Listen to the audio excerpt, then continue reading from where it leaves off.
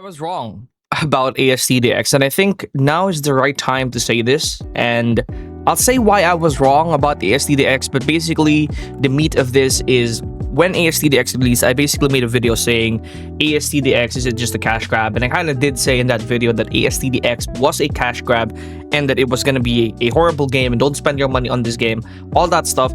And I kind of realized that I was very wrong about ASTDX. So let's get started with today's video because this is going to be a glazed video for all those ASTDX fans out there. Alright, so first and foremost, I want to start with the thing that I was very skeptical about the most, which is going to be the trait rerolls. Now, the trait rerolls is honestly still pretty hard. You still can't, just spam it and get all-star very easily. The trait burners are incredibly easy to get, and they give it away super generously. Like, codes will give out a ton of them pretty generously. You could get them in challenges pretty often. You could farm challenges and get them incredibly easy in challenges. You could get like 1, 3, 4, 5 like per hour, maybe. I think honestly, if you keep farming this, maybe use like a macro, you could probably get like hundreds per day. Genuinely, because of the challenges. If you had like a very advanced macro, you could probably get like hundreds or close to 100 trait burners per day. And then the best part here is it's not like anime vanguards where the rerolls is like 0.1%, which is 1 in 1,000. Here it's 0.2%, which is 1 in 500, which is significantly less rarer and significantly more common than Monarch. But on top of that, the rerolls themselves are significantly cheaper. They are only, I think, about 3,000 or for 180 rerolls, which is kind of crazy. 3,200 for 180 rerolls. It is significantly better value than the rerolls in Anime Vanguards. Anime Last Stand obviously is not going to be in this conversation because it's basically completely free to play. So it's basically just Anime Vanguards and All-Star Tower Defense X, and All-Star Tower Defense X wins by a landslide in terms of how much more free to play it is. They're very generous with their rerolls. It is infinitely farmable for rerolls, albeit it's harder. But on top of all of that, since most of the units are for placement, a lot of the units are for placement, it doesn't feel as Monarch or All-Star reliant. And then you also have to take into consideration the skill tree, right? If you go and take a look at the skill tree of some of these units, they will have a bunch of abilities and a bunch of things that can buff them. Like right now, my Killua has 10% chance for attack to deal 2 times damage. Let's say I have All-Star. This skill tree will be for only 1 Killua. But if I have Genesis, this skill tree will apply for all the 3 Killua placements that I have, which kind of makes it so that the skill tree is really, really good, even without, the best trait, which is All-Star. And again, since most of the units are for placement, and most of the best units in the game are actually for placement, you don't really need to get All-Star on them for them to be really good, right?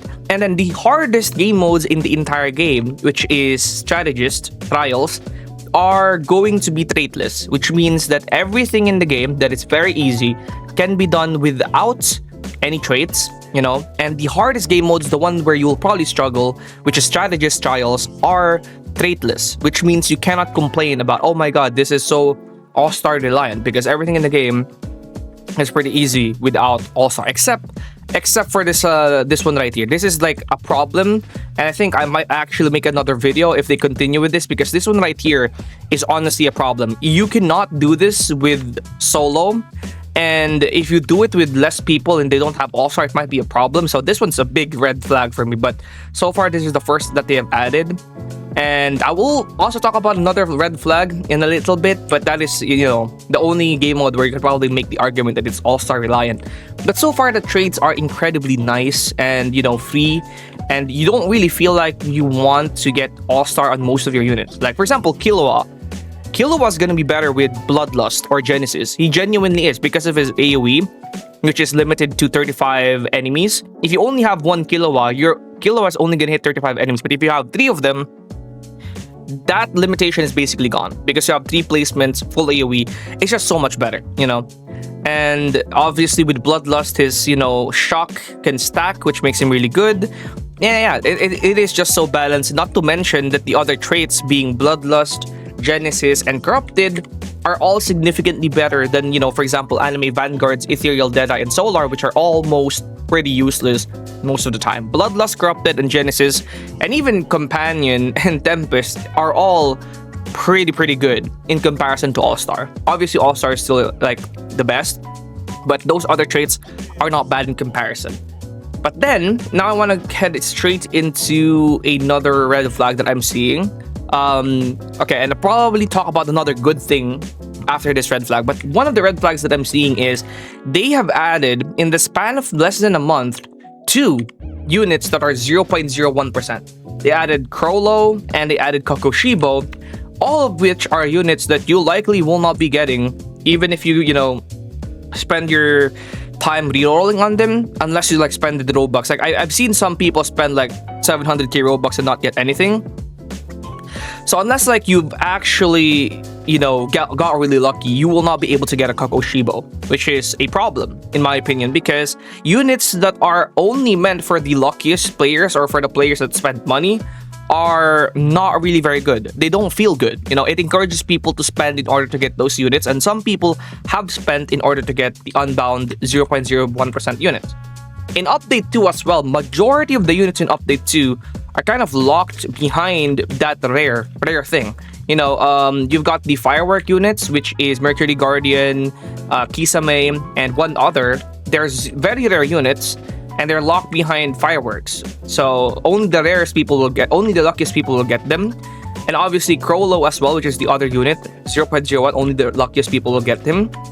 And then the other unit, which is Alligator, is locked behind the hardest game mode in the game, and it's 1%. So yeah, that is a bit of a red flag, how they keep adding, you know, units that are incredibly rare and are for certain people only, for people that got lucky or, you know, spent a lot of money. But I'm gonna move into the next part now and why I think they're making these units harder. And this is because for the past weeks since they have released the game, they have been updating weekly. Yes, that's right. They have been consistently updating weekly, which means that they've already done 2 updates since their release. To put that into comparison, Anime Vanguards took about 3 months to get to Update 2. All-Star Tower Defense X took them 2 weeks to get to Update 2. And in my opinion, that's a very big sign, because that was one of the things I was worried about with All-Star Tower Defense X, the fact that they might take ages to update. But no, they've been consistently updating for the past 2 weeks since their release. And there is a bit of a red flag here, because these updates have not been good. Okay, Update 1 and Update 2, in my opinion, they're good because they released pretty quickly, but they were pretty small and they were pretty lackluster, especially Update 2. Update 1 was kind of good because, you know, there was a balance. You could get the units pretty easily, and the units that you were gonna get in Update 1 were pretty good as well. In Update 2, only Killua is good. The others are pretty mediocre. And on top of that, the others are also extremely rare units. So that's kind of a big blunder there with Update 2. But All-Star Tower Defense X is updating weekly. You know, they're trying to release content faster for their community, which I appreciate. They've been very consistent about it, you know, recently. And I think as these updates go on, hopefully they're gonna get better and learn from their mistakes with Update 2. Hopefully with Update 3, they're gonna make units less like 0.01% units and more obtainable. Like Killua. Killua is a 4-star that you can evolve into a 5-star.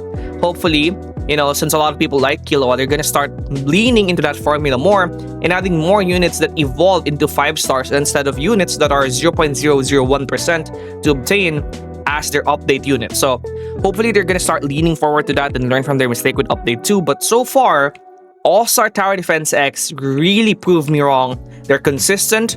They're not that pay to win, like I said in my previous video, and they're very generous with everything, and the balance and everything else is there. The only thing that I can kind of complain about is that the UI does not look as good, but it's a minor complaint, and I genuinely think that's not as big of a deal. But yeah, All-Star Tower Defense X proved me wrong, and it's honestly a pretty great game. That's gonna be it, and I'll see you guys in the next one. Peace out.